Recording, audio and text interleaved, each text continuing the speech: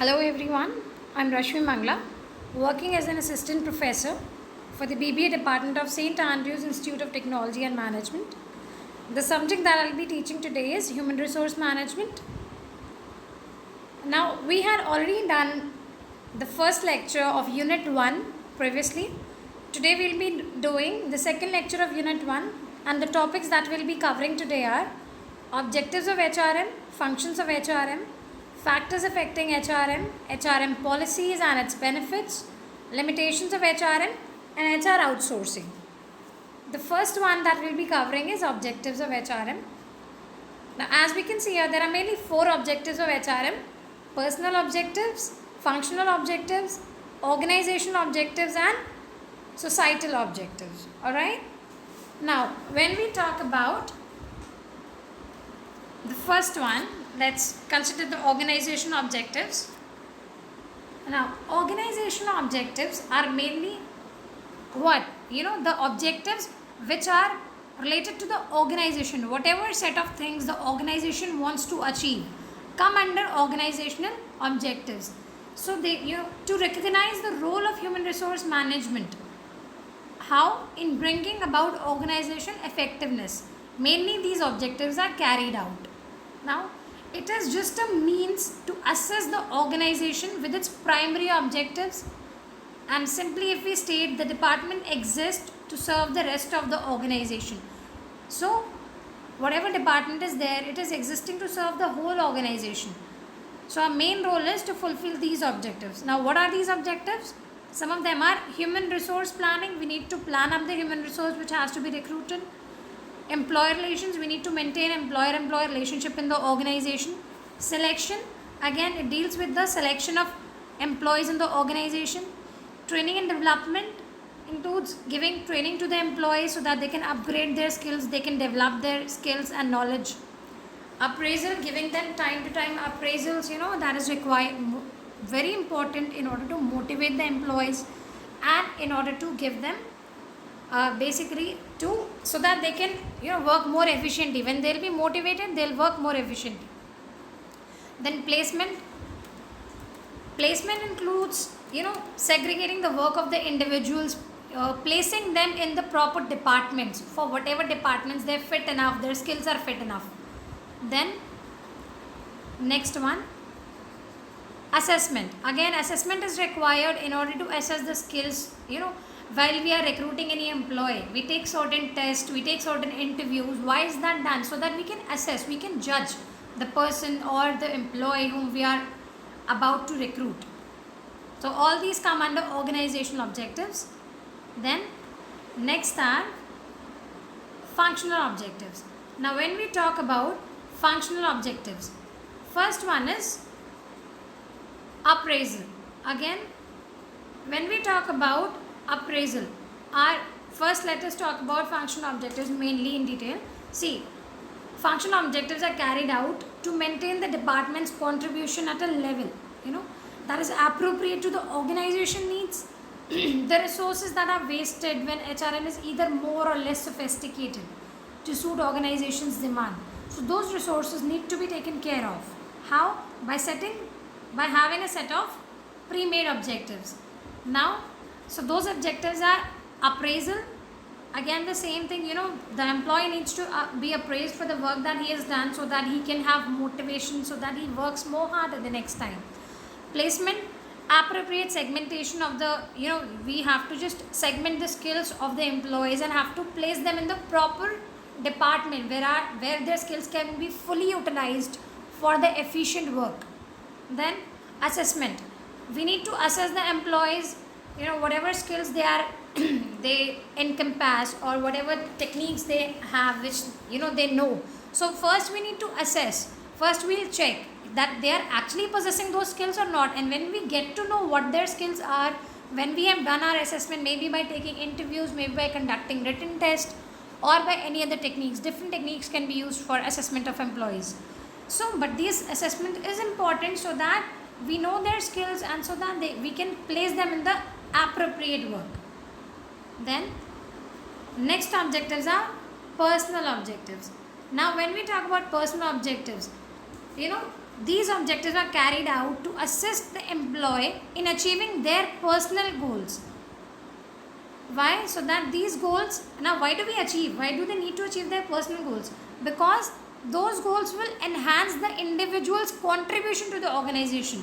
If I am working in some organization, if my own goals, whatever things I want to achieve, जो चीज़ें मैं achieve करना चाहती हूँ, if I am not able to get those things, then I will not be interested to work in the organization. So same thing applies for any of the employees. Whosoever employees working in any company, in any organization, the main thing is that they have a set of personal goals, and those goals need to be fulfilled. Then personal objectives of employees must be met if workers are to be maintained. Why they need to be met? They need to be met so that workers can be maintained, they can be retained, and they can be motivated. Again, if you are working somewhere, your personal goal is you have to purchase. Suppose you are working somewhere and you think I've started working, I'll get a bike for myself. So that is your personal goal. And when you achieve that by your own salary, the level of satisfaction that you will get, and that will make you more motivated to do the work, because your personal goals are also being achieved by working in that organization. Now, what are those personal objectives now? Training and development, appraisal, placement, compensation, and assessment. Again, training and development, that is a personal goal. Every individual feels like getting their skills upgraded, getting their knowledge enhanced. So this training and development is a personal objective also of the employees. Appraisal, obviously everybody requires appraisal. For whatever work we are doing, we need somebody who kind of recognizes our work, and appraisal is the most important term for recognition of work. Then placement, we also prefer, like we as an individual, we as an employee, we would also prefer, like whatever set of skills an employee is having, those skills should be utilized in the proper work. For example, you've done BCom and you have been placed in a technical department. Will you be able to work there? No. So the set of skills which are possessed by an individual, they need to be placed in the correct department, in the correct work segment. Then compensation, again, that's a personal objective of every employee. Whatever work they are doing, they need to be compensated. They need to get salary, they need to get increment, they need to get bonus for their work.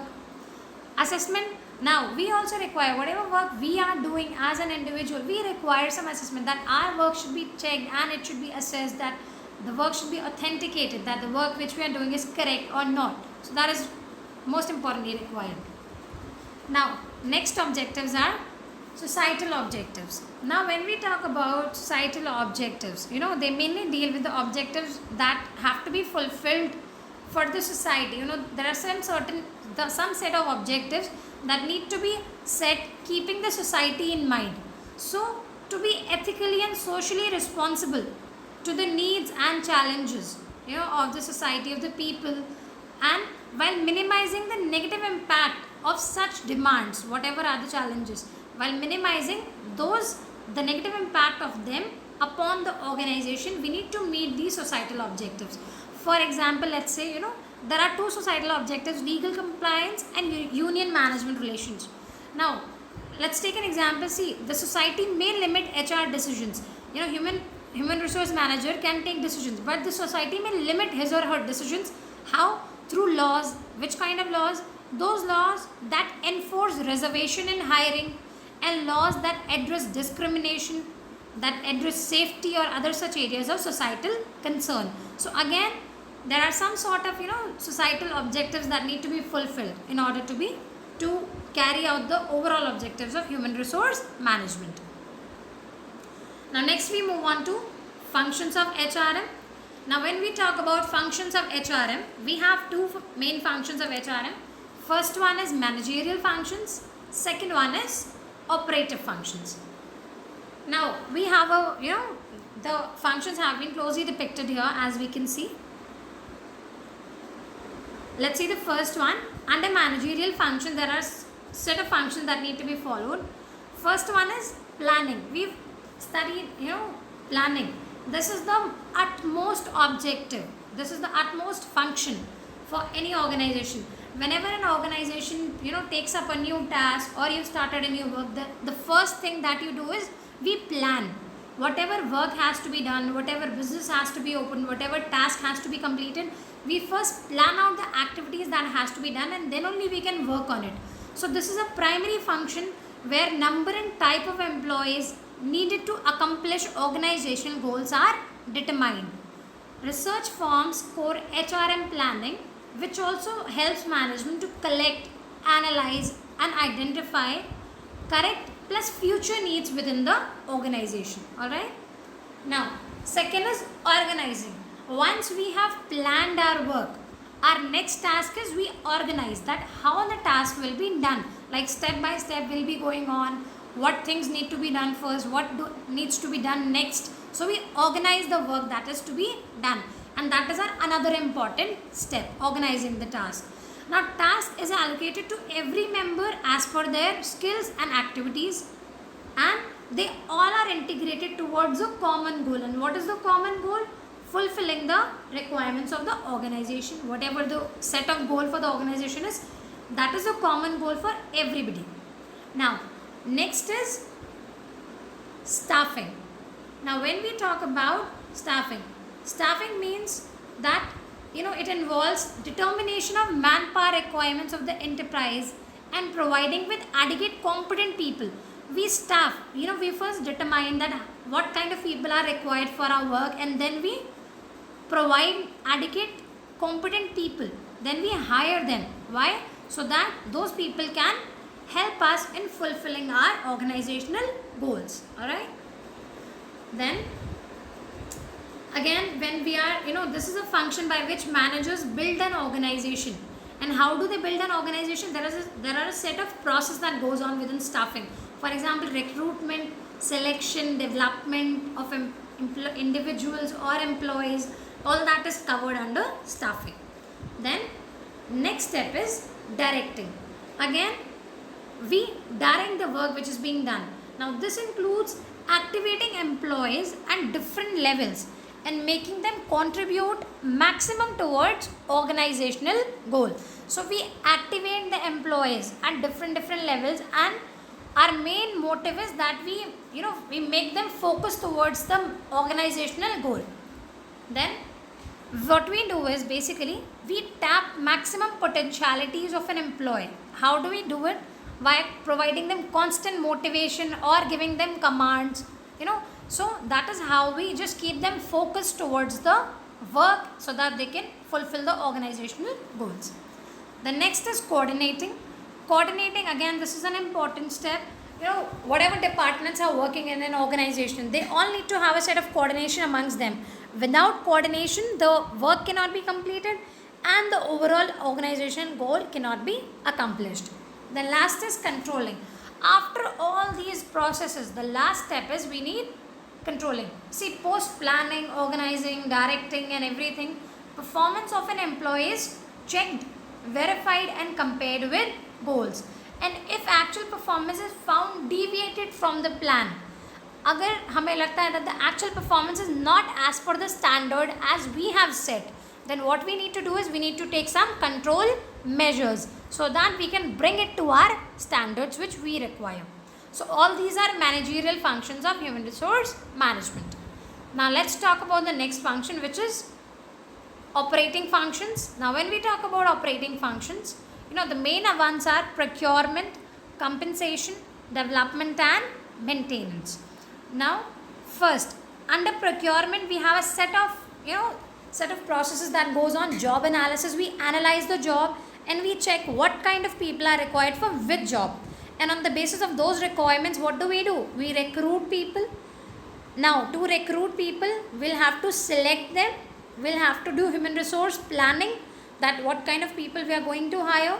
Once we have hired, we'll place them in the task assigned, and then at last, once all the people have been hired, what do? We do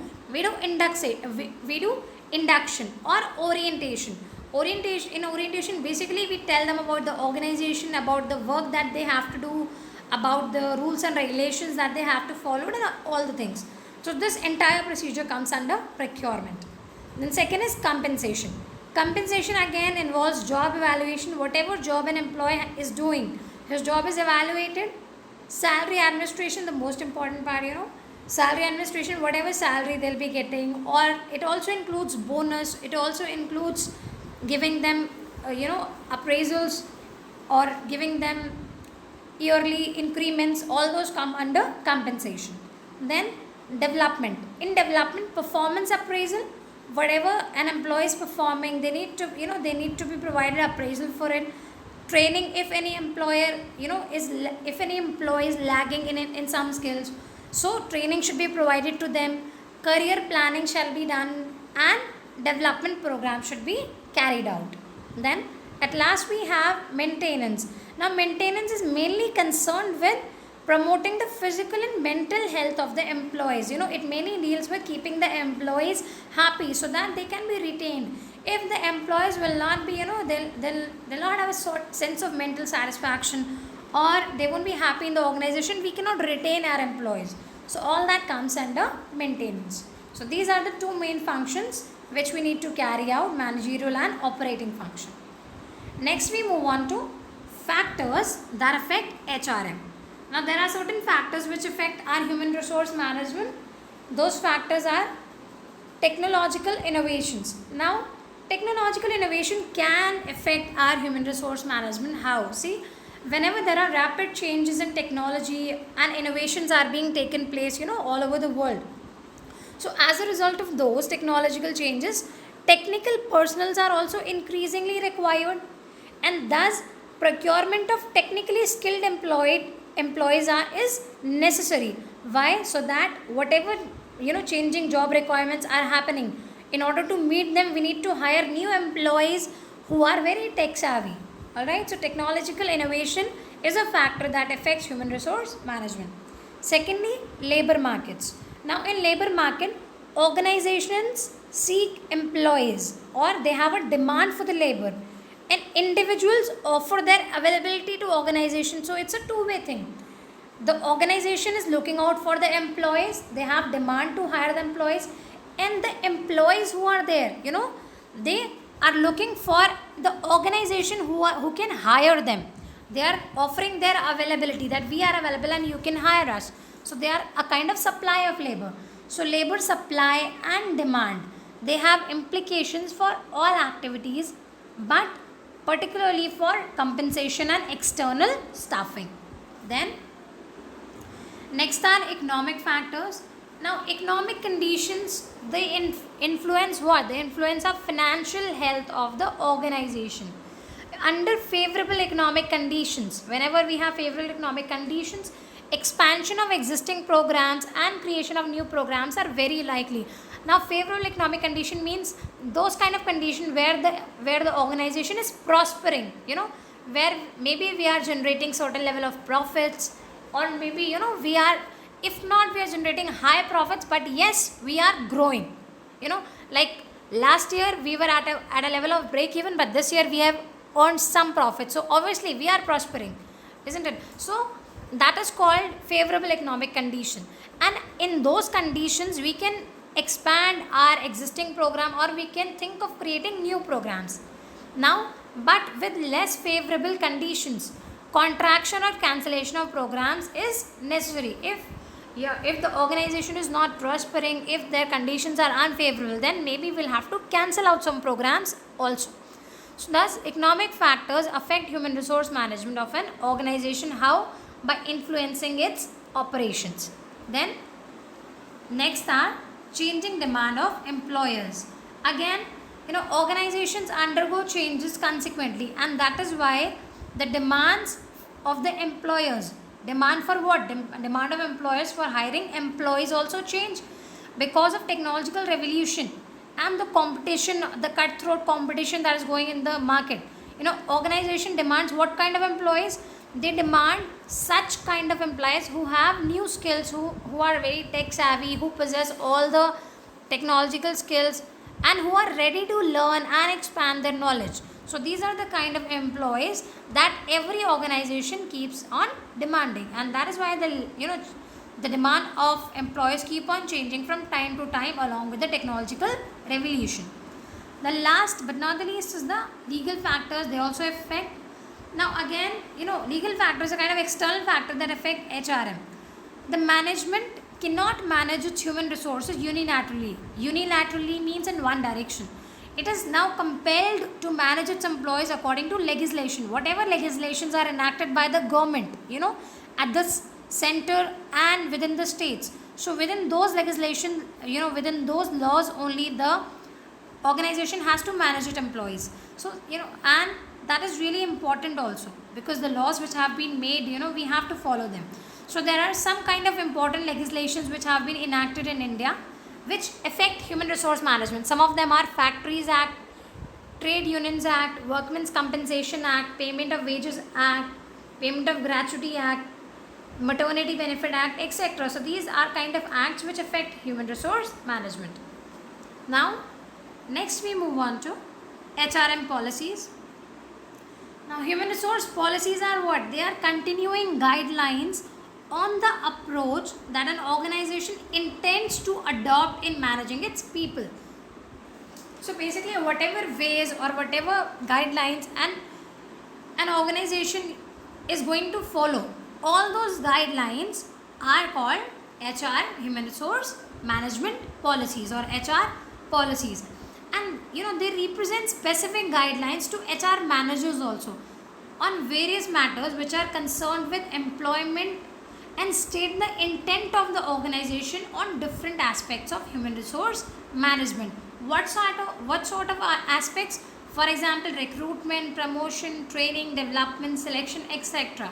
So on all these aspects, whatever decisions HR manager needs to take, those are also included within these guidelines. Alright, then next is, there are certain benefits also for HR policies. Now first one is rehires and promotion. Now when we talk about rehires and promotion, see, human resource policies, basically they explain company's stance on rehiring and promotion. So what does this include? Rehiring means the worker who has been terminated, we again hire the same worker जिसको हम काम से निकाल चुके हैं, we are again hiring the same worker. That means rehiring and promotion. And maybe when we are hiring that same worker again, we give them certain promotion also. Maybe they are hired at a post which is little above to the post on which they were earlier working. And these employees, when the employees who leave the company in good standing are eligible for rehire. Whom we can rehire? If there is some employee who has just left your organization without even intimating the organization, so will we rehire that kind of person? No.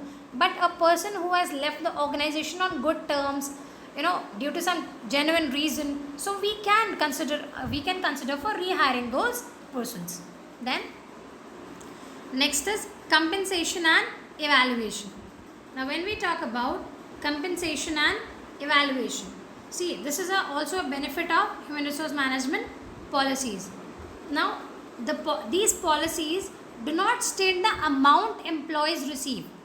They do not, although within the policy the salary or the amount that the employees will get, that is not stated, but they do state that the employees are compensated according to their skills or the efforts or the scope of responsibilities. So this informs employees of the basis for compensation. So again, within HRM policies, the basis for compensation is mentioned. Then next is training and development. Again, these HR policies, they include the provision for training and development so that employees know that whatever skills they are possessing, they have a chance to upgrade their skills.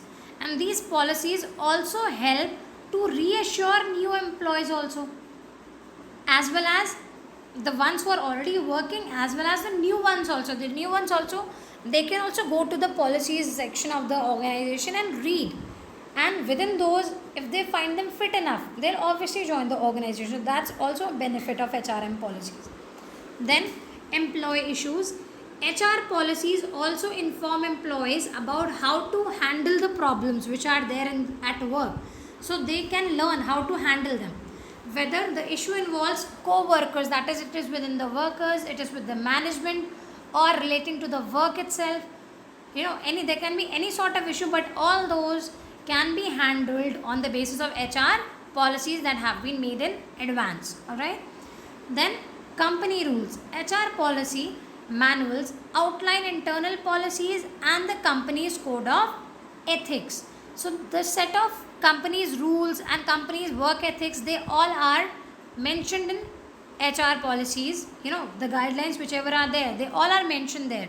And what kind of ethics they are there? These includes items like dress code, professionalism, vacation time, personal and sick time, holidays, etc. All these kind of things are mentioned over there. So, and these are the set of guidelines which have to be followed by all of the employees, isn't it? Then next is labor law application. Labor laws are vast and complex. They are very vast and they are complex as well. Human resource policies include posting a breakdown of laws so employees understand how the laws apply to them. So they include what? Posting a breakdown. The laws have been broken down and they have been mentioned in the policies so that employees can understand the basic laws that are being applied within the organization. Alright. And these policies, for example, dealing with minimum wage or overtime or record keeping or employee benefits, etc. All these are mentioned within the human resource policies. Then grounds for termination. HR policy also state the grounds, the reasons for which an employee can be terminated from work. Explaining grounds for termination helps protect the company from retribution if an employee was fired for violating policies which is clearly stated in the company manual or in the basically the wherever the policies are written. If everything is mentioned initially, then there would be no problem faced by the company even if we terminate, because if any employee breaks any rule or doesn't follow the rules and regulations, then we can terminate him on the basis of the laws that have been made or the grounds of termination which we have mentioned within the policies. Now, there are certain limitations of human resource management. They are recent origin, lack of top management support, improper implementation, inadequate development programs, inadequate information. Now, when we talk about these limitations, recent origin. Now, human resource management is not a very old concept. It has originated recently only. It has been, quite some time back. So, it lacks universally approved academic base. There is, it is not accepted universally. So, different people try to define the term differently and everybody has a different approach to it. So, such enterprises, there are some thinkers that consider it as a new name to personal management. Some enterprises have named their traditional personal management department as human resource management. So, all these kind of, superficial actions are being taken. So, now what is mainly required here is fundamental change in attitude, approaches and very management philosophy. Why? Because if we do not change the attitude or we do not bring this change, particularly at the top management level, then renaming of personal department may not serve the purpose. If our attitude towards the employees does not change, then there is no point of renaming. Even if we rename the personal department as a human resource management department, that won't make any sense, because HR department mainly deals with the concerns that the workforce of the organization is facing, and if that is not dealt with, then it is of no use. So recent origin is a limitation because it is not universally accepted and everybody does not follows it. Then lack of top management support. Now, human resource management should have the support of top level management. Whatever changes are there that are required to be brought, they can be brought only if they are implemented by the top authorities. If they don't implement the rules and regulations, they will never be followed. So, Owing to passive attitude at the top, this work is handled by personal management people. Now, if there is a positive, if there is a passive attitude at the top management, they kind of, keep on passing their work, they kind of just deliberately, delaying it. So things won't work out like that. So the support of top management is required. If they are taking a decision, that will be followed overall. But if they only depend on the personal management department and they do not involve themselves, then the things won't work out as they are required to be. Then improper implementation or improper actualization. Now, HRM should be implemented by assessing the training and development requirements of employees. We have to first assess. हमें पहले देखना पड़ेगा that what sort of training or development is required by the employees, and जो भी training और development की ज़रूरत होगी उसी के बाद we will implement the human resource management policies. Now, if if we do not implement these policies properly without proper assessment, we are implementing them, then then things will not be followed properly, and they will serve of no benefit to us. The aspiration and needs of the people has to be taken into account while making these policies, because it is mainly made for the workforce of the organization. Then inadequate development programs. Again, HRM needs implementation of programs. What kind of programs? Development programs. For example, career planning or on the job training or development programs or counseling. These all things need to be provided. So there is a need to create an atmosphere of learning in the organization. If that is missing, if that is not there, if that is inadequate, then human resource management it doesn't work so well. So that is a kind of limitation, because those development programs are inadequate. All the firms are not providing such kind of programs. Then last one, inadequate information.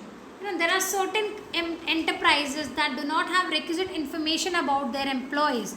In fact, in the absence of adequate information, अगर हम अपने employees के बारे में ज़्यादा information है ही नहीं, we don't know about them, and then the system cannot be properly implemented.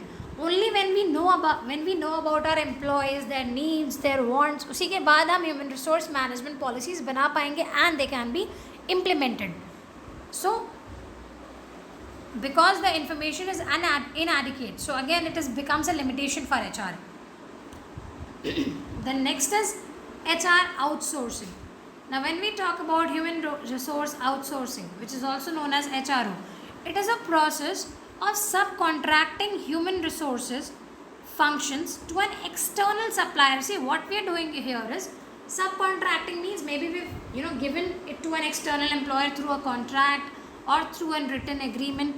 So it involves that some functions of human resource, which are, I have an organization, it's a very big organization. So what I can do is, some functions of it I can give it to an external supplier. For example, you would have seen there are many companies, they do not hire their employees directly. What they have done is, they have collaborations with, like we have, agencies who are hiring. So what are those? Those are kind of external suppliers who provide what? Who provide employees to them. When you would have seen, when there are certain kind of calls, those who are applying, those who already started applying for jobs, when you post your CV on Naukri.com or any sort of portal, the calls that come to you, they are not mainly directly from the companies, but there are some kind of consultants or consultancies who call. Who are those consultancies? They are the external suppliers who work for one or the other organizations. So that is how HR outsourcing is done. Now, there are many ways of doing HR outsourcing. First is business process HR outsourcing, also known as BPO. Now in business process outsourcing, what we do is, here an external supplier manages discrete HR activities, for example payroll, administration, recruitment, or perhaps whole human resource function. So here, the main things are handled by whom? They are handled by an external supplier. Payroll, for example, payroll means the terms, basically the company for whom you are working, you need to get your salary slips for the same company. But if there is an external employer who is hiring you, so sometimes they say that like for example, you have been hired for Kotak Bank, but you are on the payroll of ITM group of institutions, because ITM group of institution is the one who provides training to the employees who are working for Kotak Mahindra Bank. So that is how an external supplier does the work for an organization. They recruit people, they give them training, they let people work on payroll in their name, or they do administration activities. Then next is shared service HR outsourcing. Now in shared service HR outsourcing, what is mainly done is, here only the transaction or administrative element of HR's activity are subcontracted to an external supplier. So here all the things are not subcontracted, all the functions of HR manager or human resource department are not handed over to an external supplier. यहाँ पे सारे functions नहीं दिए जाते, but only the administrative elements are given to the external supplier, and these may include personal interface with employees. Then application service HR outsourcing. Now in this one, where external providers look after technological and physical infrastructure to support human resource activities. So here external providers are there, but they look after what? They look after technological and physical infrastructure, so that they can support the human resource activities. So they need to check how technically the things are changing, how new people are to be hired, on what skills or on what basis. So everything comes under this. Now, so these are the ways of HR outsourcing. Now with this, we are done with the concept of today. There are certain set of questions that you will have to do today. Now you can solve these questions, state the objectives of HRM, explain in detail the managerial functions of HRM, define HR policy and state its benefits. What are the limitations of HRM? What is HR outsourcing? These questions you will be doing, children. Apart from that, if you have any doubt regarding any concept, we can surely meet on Google Meet. No issues. We can conduct a meeting for a set of people who have doubts, or we can conduct a doubt session. So we are done for today. Thank you everyone.